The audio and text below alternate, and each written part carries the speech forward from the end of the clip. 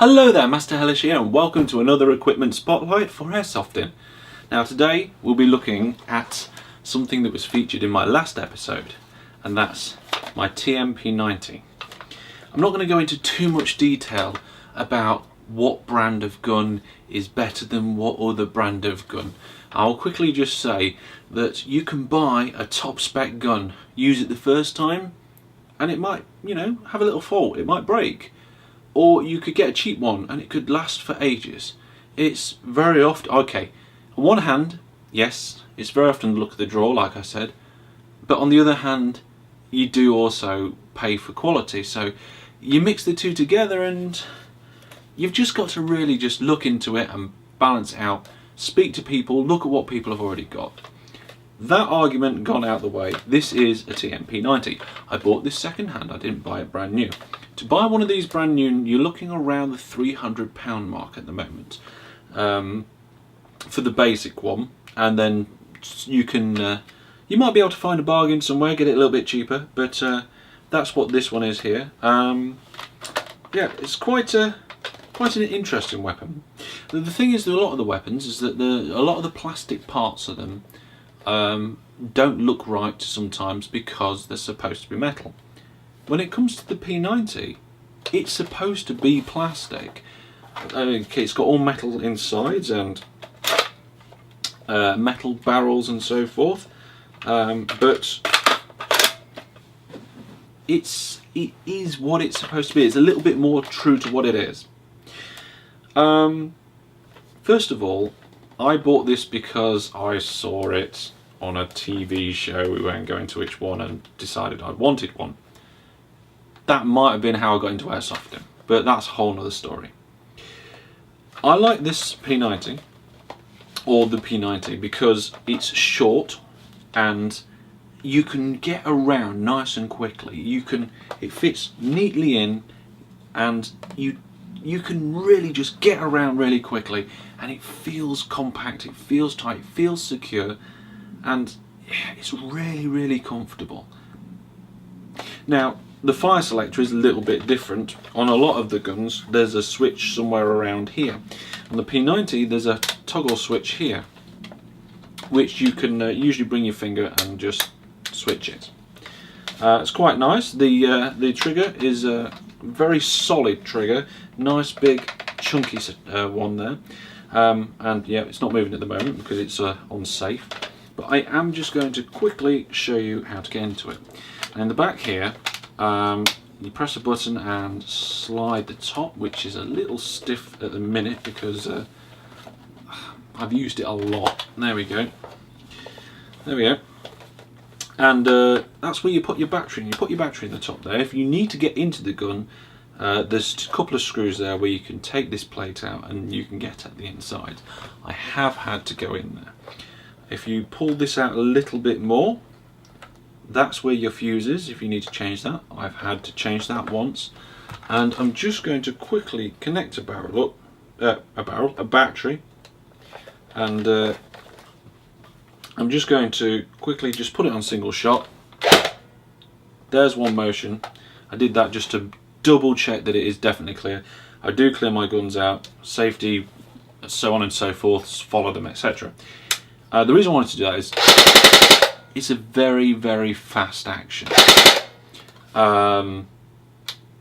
Obviously, there's no mag in it at the moment. There's no ammo in it. I'm not going to keep doing that. I'm not supposed to.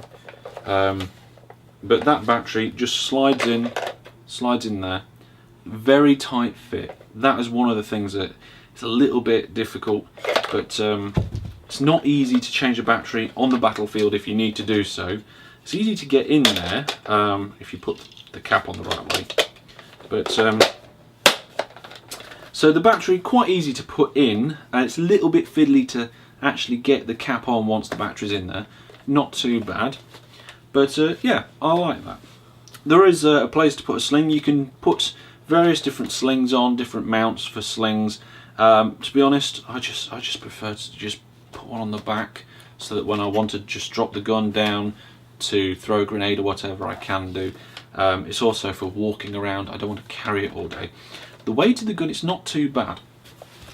These are the magazines. This particular one's a high cap one, we'll get onto that in a minute. And they just slot in the top there, and then they are. This particular one, the high cap, takes 300, although I wouldn't necessarily recommend them.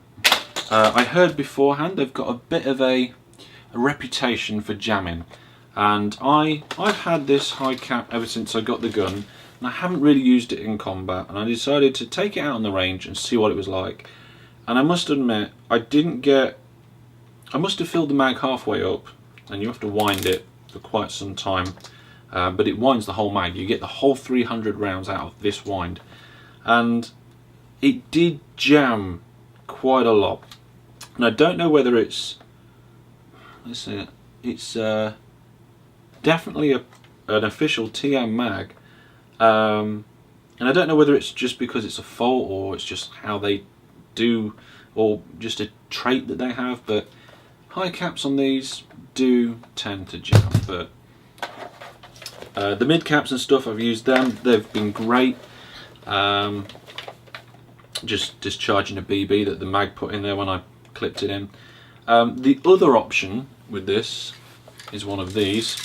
The box mag slots in there, takes the place of that high cap round, high cap mag or anything like that, and you can hear them rattling around inside because you just open this hopper and pour your BBs in, and they just sit here in the top of the gun.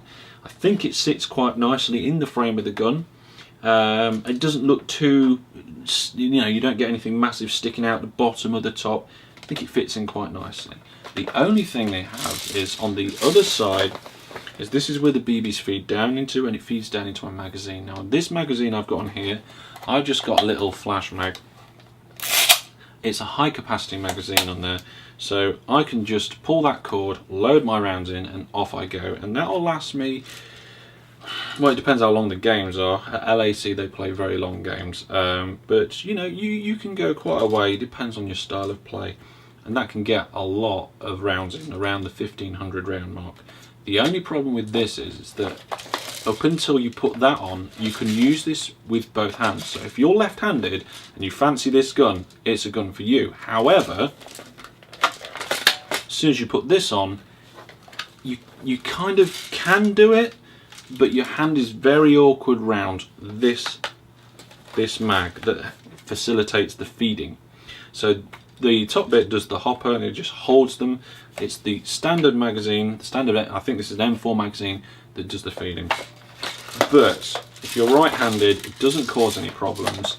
And to be honest, if you want to carry a lot of ammo around with you, I think it's the way to go. Not a cheap option, but definitely one to do. Well, there we are. There's just a few hot points and tips about the P90, especially one. This is my favourite out of the guns that I've tried. I don't know why. I think it's just because it's this closeness. It's this, you can hold it close without having a big cumbersome anything like this.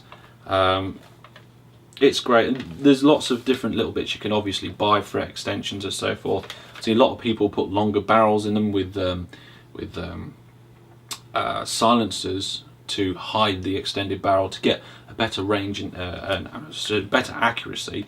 But to be honest, for most of the time, this is pretty good accuracy. If you're going over long fields, maybe not a good idea, but around most paintball sites, and especially some more close quarter sites, it's a good one. Well, if you've got any questions about this, pop your questions in the comments. If you think this is a good video, please give it a like. And thank you very much for watching. Until I see you next time, goodbye.